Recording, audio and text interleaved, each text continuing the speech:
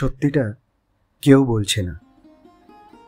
এখনো পাওয়া তথ্য অনুযায়ী মানুষটা একাকিত্বকে জয় করে ফেলেছে। দুর্লভ কিছু ছবি আঁকছে, কখনো রবীন্দ্রসঙ্গীত গাইছে, কবিতা লিখছে। কিছুতেই যেন সে আর থেমে নেই।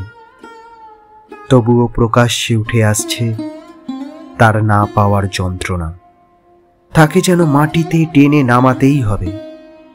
সে একবার হেরে গেলেই কারোর কারোর সেই মুহূর্তের উৎসব চলবে দিন রাত, মাসের পর মাস, অথবা গোটা একটা বছর। কিন্তু তাকে দমিয়ে রাখা অসম্ভব। শহরে মৃত্যুর বিজ্ঞাপন ছড়িয়ে কাদের ভালো হলো জানা নেই। মৃত্যু কুয়াশার গা ঘেঁষে সে পাহাড় থেকে নেমে এলো সাবলীল। কল্পনার চোখে সাদা ক্যানভাস জুড়ে খোদাই করছে ইতিহাস। হ্যাঁ, সে বড় অদ্ভুত।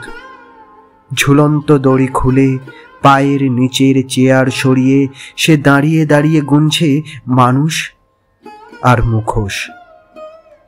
তার হাতে স্পর্শ করে দেখো, সে ভেতর ভেতর একটা বর্ষা, একটা গ্রীষ্ম, একটা বসন্ত গিলে খেয়েছে।